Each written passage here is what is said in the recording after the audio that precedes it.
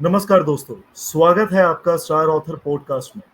मैं हूं आपका होस्ट एंड दोस्त चिराग बाली और आज हमारे बीच में काफ़ी रोमांचक और काफ़ी मनोरंजन मैं बात करूं, बहुत एक इंटरेस्टिंग पॉडकास्ट होने वाला है। हम शुरू करते हैं पारस शर्मा जी के साथ आज का पॉडकास्ट। सो हाय पारस, कैसे हैं आप? नमस्कार जी। जी मैं ठीक हूँ, आप बताइए, आप ठीक है? ऑल गुड पारस, ऑल गुड। कैसा है आज का दिन, कैसा है आपका? कहाँ पर हैं आज आप? जी, आज तो घर पे ही है, आज स्कूल की छुट्टी है, ऑफ है अच्छा, आज स्कूल का। गुड। क्या हाँ बात है, जी। आज तो स्कूल की छुट्टी है। स्कूल की छुट्टी क्यों है? सैटरडे छुट्टी है इसलिए? हाँ जी, सैटरडे ऑफ रहता है। ओके। सो पारस, मैं अभी जस्ट आपकी मैं इंट्रोडक्शन दे रहा था। मुझे आपकी मैंने बुक पर्सनली पढ़ी, सत्य का जी। दर्पण। हाँ जी। सबसे पहले जो हेडलाइन है, ये आपने जो बुक का नाम रखा है, काफी एक बहुत इंटरेस्टिंग नाम है, सत्य का जी। दर्पण। तो आपने कैसे चूज करा ये नाम रखने का? कहाँ जी, से थॉट इसके आया लिए इस किताब को सत्य का सबसे दर्पण? हुँ, मतलब मेरी ना पहले से एक चाह थी कि मैं कैसे भी करके अपने विचार आगे रखूँ, मेरी हमेशा से चाह रही है।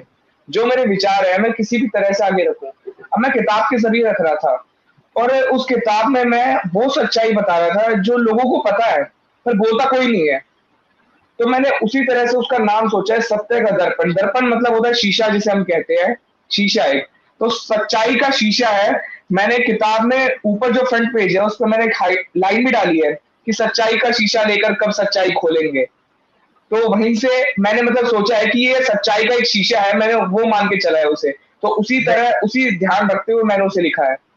बहुत अच्छा। नहीं पारस, मैं अगर मैं बात करूं तो डेफिनेटली काफी सारे जैसे लोगों को पता हमारा इतिहास के बारे में, और जिस देश से हम आते हैं, जिस देश में हम हाँ जी। पैदा हुए हैं, इस देश की तो हर मिट्टी में आपको इतिहास मिलेगा। हाँ अगर जी। मैं कहीं का भी कुछ खोदूं, जैसे हमारी एक भाषा होती है ना, ईंट भी हम खोदेंगे तो वहां पे कुछ पत्थर पाएंगे तो इतिहास निकलेगा। हाँ तो जी। हम हाँ उस जी। भूमि से हैं, हम उस राजों की मूवी से भूमि से हैं, हम उस मुगल शासन की भूमि से हैं, जहाँ पे मुगल शासन ने भी अपना प्रकोप दिखाया, शासन करा, ब्रिटिशर्स ने भी करा। और दिल्ली जैसे शहर को अगर मैं बात करूं, आप दिल्ली से है राइट पारस? हाँ जी। दिल्ली हमेशा से एक अपने आप में सबसे इंपॉर्टेंट जगह रही है, चाहे जी, वो ब्रिटिश बिल्कुल। के टाइम पे हो, चाहे वो मुगल के टाइम पे हो, चाहे आपके सिकंदर के टाइम पे हो, चाहे महाभारत के टाइम का हो।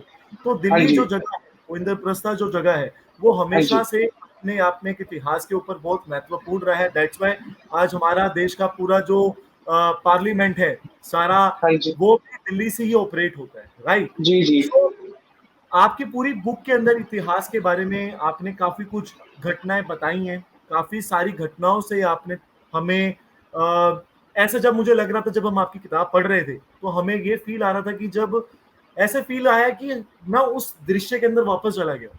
मतलब जी। जिस हिसाब से आपने वो चीज एक्सप्लेन करी है, मतलब वो सच में फील आ रहा था कि यार ये घटना तो शायद हमारे सामने अभी हुई है रिसेंटली। जी। जितने खूबी से पारस आपने उसको बताया है। सो उसके रिगार्डिंग में कुछ आपसे मेरे से क्वेश्चंस हैं, मैं आपसे पूछना चाहूंगा आपके हाँ जी, बारे में, बिल्कुल। ताकि हम और समझ सके। और इसके साथ आप काफी सारी अगली किताब का हम आपका वेट करेंगे कि आप इससे अच्छी किताब और जी, लिखें, बिल्कुल। और इसके साथ हम एक बहुत बड़ा पॉडकास्ट कर सके शूट। सो मेरा सबसे जी। पहला क्वेश्चन आता है कि जैसे कि आपने किताब लिखी सत्य का दर्पण और हाँ हमारे जी। वीर योद्धाओं के बारे में बताया, तो हाँ इसकी जी। प्रेरणा आपके आस आई कैसे आपके पास? आपने कैसे सोचा कि ये जी। चीज के ऊपर लिखना सबसे बेस्ट होगा मेरे लिए? हाँ जी। जी, इसकी प्रेरणा का ना एक कारण है। एक तो सबसे पहले तो मैं अपने अध्यापकों का धन्यवाद करना चाहूँगा इस अवसर के लिए।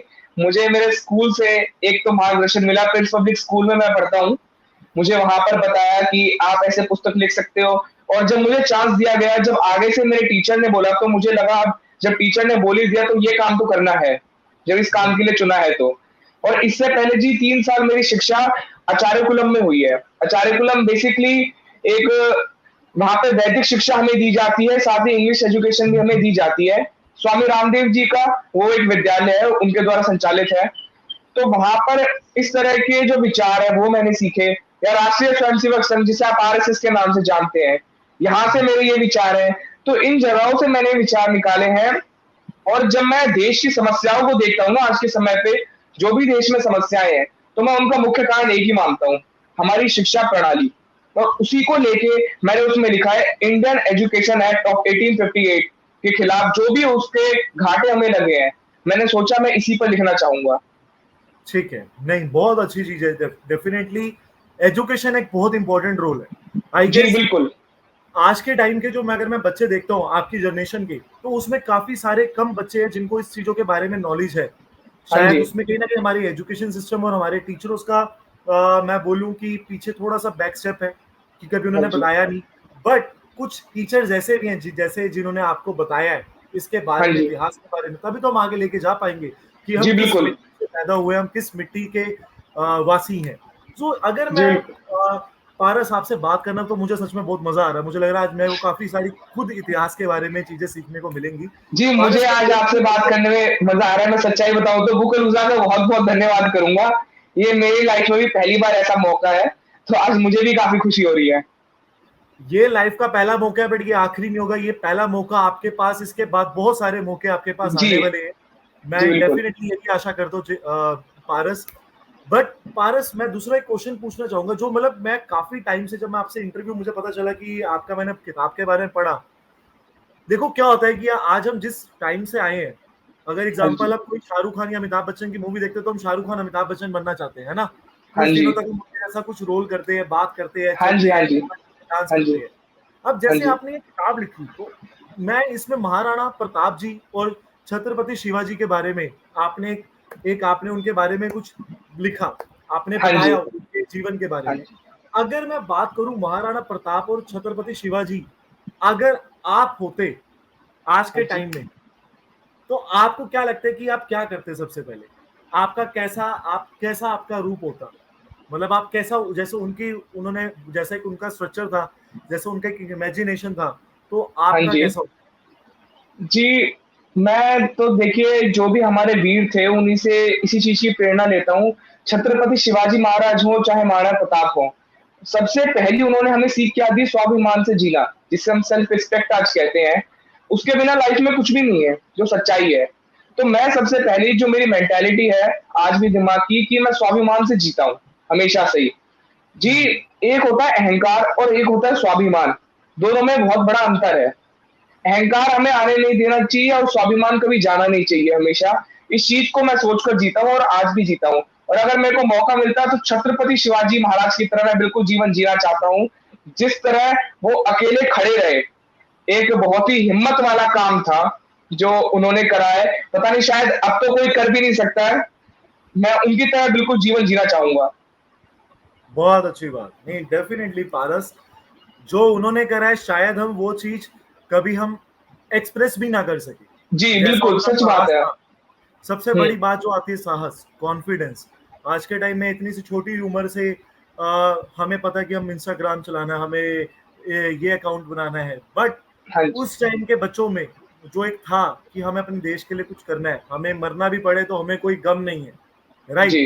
आज के टाइम में तो लोग एक दूसरे के बारे में काटने को सोचते हैं, सगे सगे भाई बहन एक दूसरे को हटाने में सोचते हैं, बट उस टाइम से हम उन्होंने देखे, तो वो अपने से दुश्मन के लिए भी वो लड़ जाते थे, कि हाँ जब जी। देवभूमि की बात आती थी, देश भूमि की बात आती थी। जी। तो आप जैसे इस एज की उम्र में ये थिंकिंग आना एक अपने आप में बहुत बड़ी बात है। बट पारस, इसके बाद ना मेरे को एक क्वेश्चन, और मेरे को बहुत मजा आ रहा था जब मैं आपकी किताब पढ़ रहा था, तो आपने एक जगह पे एक डेट का मेंशन करा। लाइक हाँ आपकी जी। किताब में एक डेट मेंशन थी, 1857 की क्रांति, भगत हाँ सिंह जी। जी की स्वतंत्रता, और उनके साथ जी, जो जुड़े वो हुए थे। रानी रानी लक्ष्मीबाई और तात्या टोपे की। राइट। हाँ जी। तो वो कैसे आपके दिमाग में आया, और आपको क्या लगता है कि उन चीजों से, अगर आज के टाइम में वो होते, राइट, हुँ। आज के टाइम में वो होते, आज की जो युवा पीढ़ी को वो अगर देखते, तो उनको क्या महसूस होता? जी, देखिए मैंने सबसे पहले उनके बारे में ऐसा क्यों लिखना चाहा, मैं बेसिकली इसमें इंडियन एजुकेशन एक्ट के बारे में लिखना चाहता था।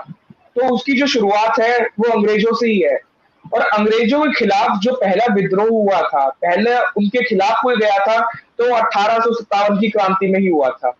उससे पहले अंग्रेजों का इस देश में विरोध नहीं करा गया था, तो मैंने उसका ज़िक्र करना इसलिए ज़रूरी समझा। और आपने अगला सवाल बहुत अच्छा पूछा कि अगर आज वो वीर होते तो हमारे देश के युवा के बारे में क्या सोचते? तो माफ़ी चाहूँगा ये कहते हुए कि आज उन्हें शायद दुःख होता है ये देख के कि आज का देश का युवा एक सही दिशा में नहीं है। सच्चाई है ये। कि जहाँ देश के युवा को देश के लिए सोचना चाहिए, नशे जैसी चीज़ों में पड़कर वो अपने जीवन को व्यर्थ करता है। आज के समय में देश के बारे में कोई सोचना नहीं चाहता है। और पारस, अगर मैं बात करूं, जैसे अगर आज की युवा पीढ़ी, जैसे हाँ आप जी, और हमारे जैसे और कहीं जो लोग हैं, हाँ चाहे जी, वो किसी भी एज ग्रुप का हो, अगर हाँ जी। उनसे महाराणा प्रताप जी से, तात्या तोपे से, रानी लक्ष्मीबाई से कुछ हुँ, सीखने का मौका मिले तो उनको हाँ क्या जी। सीखना चाहिए? जी, सबसे पहले तो मैं वही बात कहता हूँ, सबसे पहले सीखनी चाहिए स्वाभिमान की परिभाषा।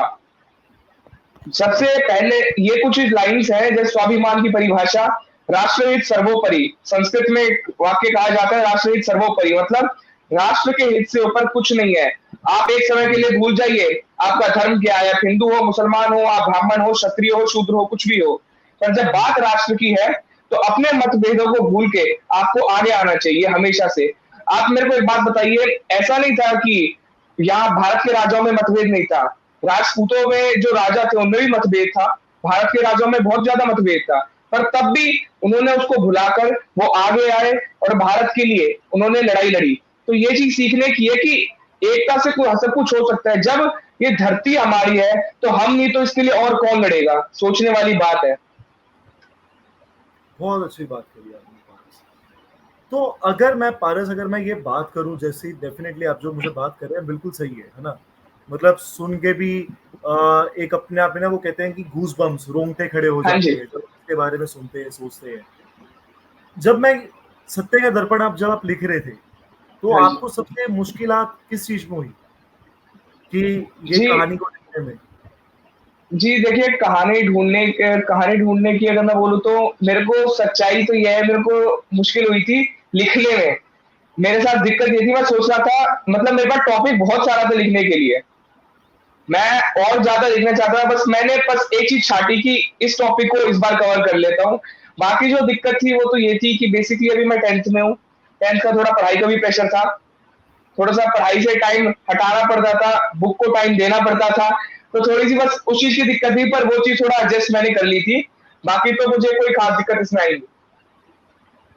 बहुत अच्छा, नहीं लिटरली पारस, जिस उम्र में, जिस एज में आपके जो थॉट्स हैं, वो शायद ही मैंने आज के टाइम में किसी बच्चों को देखे हो। डेफिनेटली बच्चे बहुत सारी किताबें लिखते हैं, उनकी इमेजिनेशंस, बच्चों जैसी इमेजिनेशंस, बच्चों जैसा कॉन्फिडेंस किसी के पास नहीं होता। बट इस उम्र में मैंने काफी समय से, शायद इस उम्र में किसी बच्चे के पास ऐसा रोल, ऐसे थॉट्स, ऐसी इमेजिनेशंस कभी देखी नहीं, कि जो पुरानी घटनाओं को आज के समय में अपनी राइटिंग से बिल्कुल प्रेजेंट में फील करवा सके।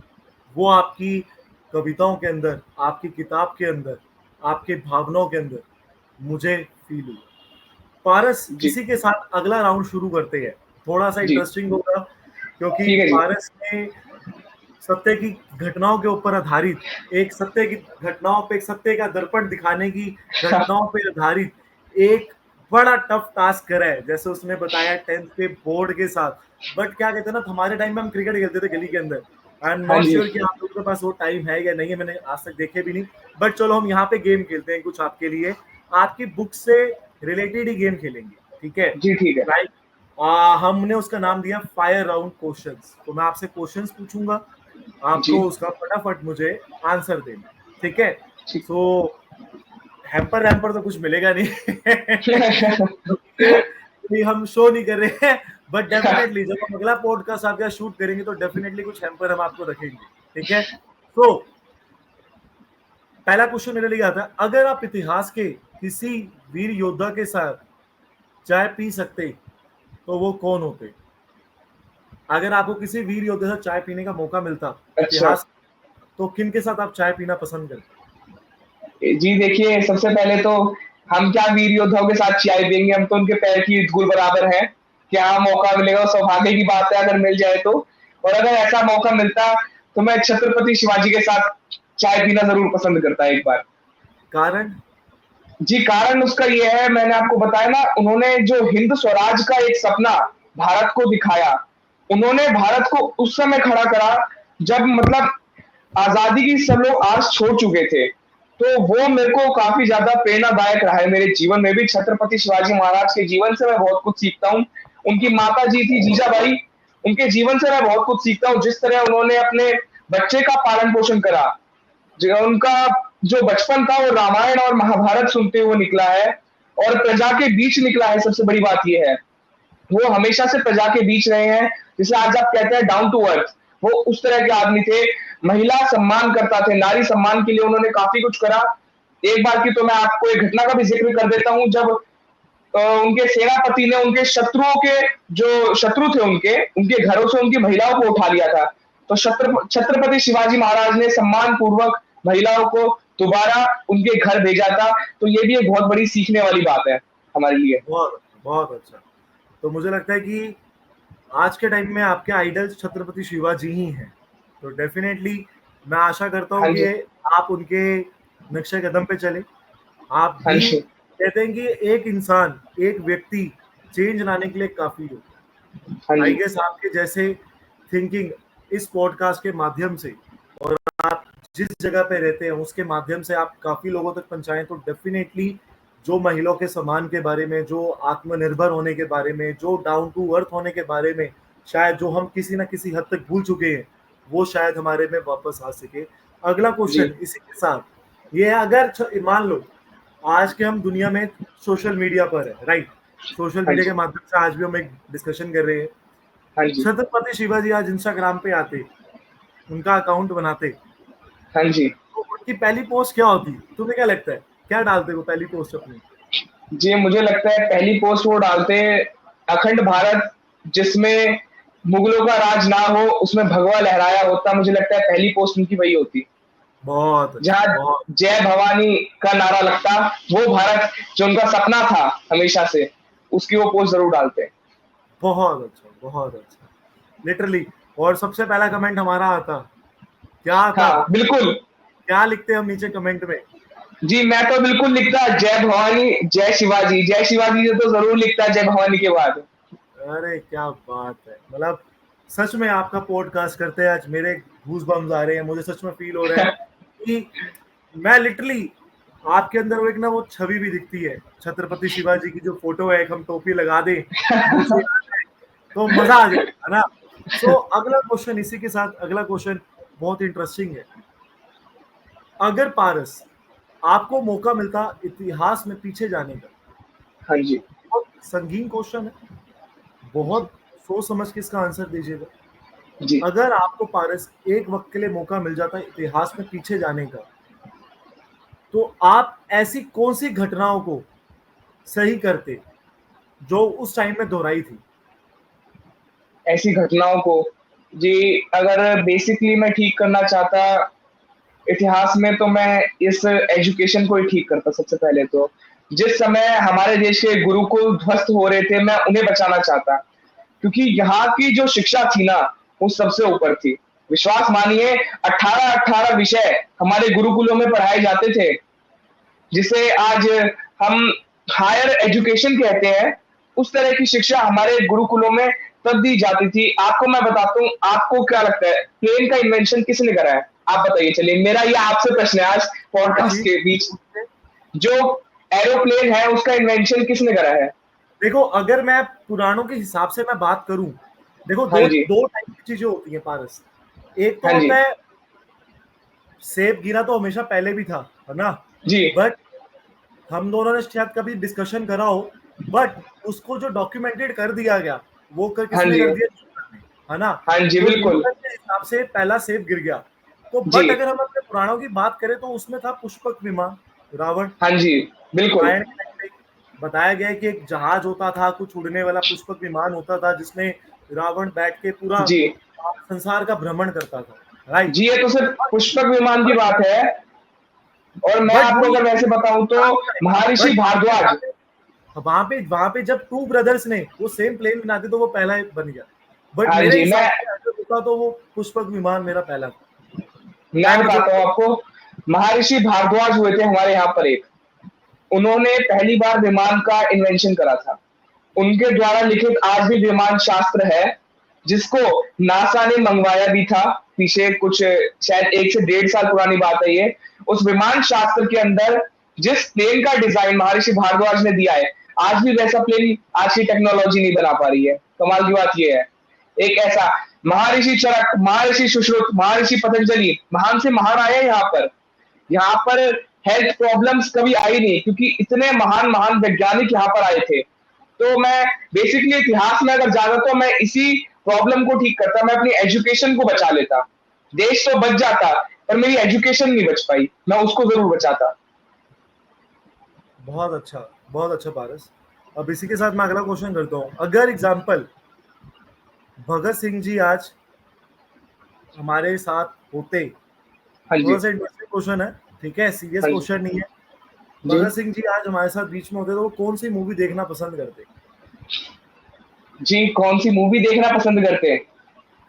जी, अब इसके लिए तो मेरे को भी सोचना पड़ेगा, क्योंकि यही तो मैं मूवी देखता नहीं हूँ।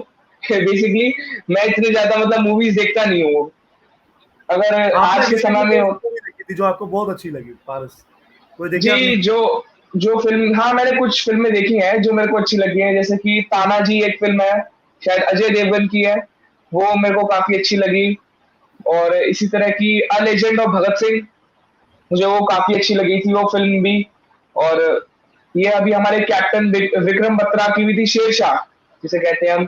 इस तरह की मूवीज़ कुछ मतलब मेरे को जो अच्छी लगी है। मैं आपको तो दो अगर मूवीज आज, में रिकमेंड करूंगा, लक्ष्य और श्रीकांत, जरूर देखिए। जी, मैं बिल्कुल देखूँगा, आपने बताई है तो। जरूर देखिएगा। Lakshya is for Hrithik Roshan and Srikanth is coming from Rajkummar Rao. Must watch अच्छा। मूवी। कैसे जिस बारों में जिस चीजों का जैसी आपकी थिंकिंग है उसके हाँ जी। ऊपर वो मूवी डिपेंड है, राइट। अच्छा। अगर चलो आपकी मैं थोड़ी सी हॉबी जानना चाहूंगा, क्योंकि पारस के बारे में जैसा आपका नाम वैसे आपकी थिंकिंग वैसी आपकी ऊर्जा। पारस के बारे में तो दुनिया किताब से सब कुछ जानेगी, बट हुँ। पारस असलियत में कैसे, उनको क्या पसंद है, अगर उनको चॉइसेस मिले, क्योंकि हो तो अच्छा। आप भी बच्चे ना, तो हाँ जी, पास्ता बिल्कुल। क्या खाना पसंद करेगा पारस? जी, पास्ता और पिज़्ज़ा में, जी, अगर बेसिकली मैं आपको बताऊँ ना, तो मैं जैसे कि उत्तर प्रदेश से बिलॉन्ग करता हूँ। ग्रेटर नोएडा, कुलेसरा मेरा गाँव है। आज मेरी फैमिली को आए हुए वहाँ से काफ़ी टाइम हो गया है। पर सच्चाई बता रहा हूँ, दिल्ली में रह के भी आज भी हम गाँव की लाइफ़ जीते हैं। ये पास्ता और पिज़्ज़ा जैसी चीज़ों में मतलब मेरे को इतना इंटरेस्टेड नहीं है। हाँ, दूध, दही, लस्सी मेरे को इनमें इंटरेस्ट है। अगर मेरे को मिल जाए तो मैं ये ज़रूर लेना चाहूँगा। गुड। पारस, अगर देखो आप बच्चे हो, मैं जब मुझे याद है कि जब मैं छोटा था तो एक क्रिश मूवी आई थी, ठीक है। हाँ जी। तो मेरे से पहले लोग शक्तिमान देखते थे, मैंने क्रिश देखी थी। तो मुझे आता था कि मैं तेज भागने की कोशिश करता कि तो मैं भी उड़ूंगा, राइट। तो हाँ, वो हर बच्चे के दिमाग में होता है, वो जब मूवी देखते तो स्पाइडरमैन बनता जी, है, कोई बिल्कुल। आयरन बनता है, आज के बच्चे भी वो सब कुछ देखते हैं ना। तो अगर आपके पास कोई सुपर पावर आ जाए, तो हाँ वो जी। आप क्या चाहते हो कि कौन सी सुपर पावर आए, और आप एक एक वीक के लिए आ जाए तो क्या करेंगे? कौन सी सुपर पावर लेना चाहोगे? जी, मेरे को कोई सुपर पावर चाहिए तो बदलाव की। मैं एक ऐसी सुपर पावर मतलब अगर चाहता हूँ कि मैं एक ऐसा चेंज करूँ, जो चेंज भी अच्छा हो। वो सुपर पावर कभी भी मेरे अहंकार में ना बदले। सबसे पहले तो मैं ये चाहता हूँ, क्योंकि कोई भी चीज़ आती है उससे घमंड ज़रूर हो जाता है। बस वो मेरे कभी अहंकार में ना बदले। और चेंजेस तो मैं इसी तरह के चाहता हूँ कि मेरा जो देश है वो हँसता-खेलता रहे, दोबारा से विश्व गुरु बने, और इससे बड़ा चेंज मेरे लिए कुछ नहीं होगा। और यहाँ पर गौ माता की बस रक्षा होती रहे, जो हमारे देश की जो राष्ट्र माता जिसे हमें कहना चाहिए, उनकी रक्षा होती रहे, इससे बड़ा मेरे लिए और कुछ भी नहीं जीवन का लक्ष्य है। आप कॉमेडी देखना पसंद करते हैं? जी, बेसिकली कॉमेडी नहीं, मैं ऐसा कॉमेडी जैसा तो कुछ देखता नहीं हूँ, मैं पर कविताएँ ज़रूर सुनता हूँ, कविताओं में मेरा काफ़ी इंटरेस्ट है। कोई आपके अभी फेवरेट पोएट? जी, हाँ जी, मेरे फेवरेट पोएट जो है वो है कवि अमित शर्मा, हिंदी के कवि हैं। देशभक्ति की काफ़ी अच्छी-अच्छी कविताएँ वो गाते हैं, मेरे को उनकी कविताएँ काफ़ी अच्छी लगती हैं। चलो, बहुत अच्छा रहा पारस जी आपके साथ बात करते हुए। आई होप कि ये पॉडकास्ट के बाद आपकी किताब तो ऑलरेडी पब्लिश हो चुकी है, काफ़ी हाँ जी। सारे लोग आपकी किताब को पढ़े, जिनसे उनको सीखने को काफ़ी कुछ मिलने वाला है। और एक देश में नया बदलाव आए, जैसी आपकी थिंकिंग है, जिस तरीके से आप अपनी किताब के माध्यम से लोगों को बताना चाहते हैं इतिहास के बारे में कि हमारे जो वीर योद्धा थे, उन्होंने क्या-क्या अपना बलिदान दिया है अपने देश को बचाने के लिए, जिसकी वजह से आज हम ऐसा जीवन जी सकते हैं और इसके माध्यम से हम एक दूसरे से वार्तालाप कर पा रहे हैं। उनका एक बहुत बड़ा मैं बोलूँ, शायद हमारे पास वर्ड्स भी कम पड़ सकते हैं। अगर जी, मैं बोलूँ बिल्कुल। हमारे पास वर्ड्स भी कम ही होंगे, जो उन्होंने बलिदान दिया, हम थैंक यू बोल के भी उनको कंप्लीट नहीं कर सकते, राइट? सो मैं चाहता हूँ कि आपकी आवाज़ में आप कुछ हमारे व्यूअर्स को कुछ बताना चाहें, कुछ हमारी ऑडियंस को, बच्चों को, बड़ों को, टीचर्स को, स्टूडेंट्स को कुछ बताना चाहें, तो आप क्या बोलना चाहेंगे?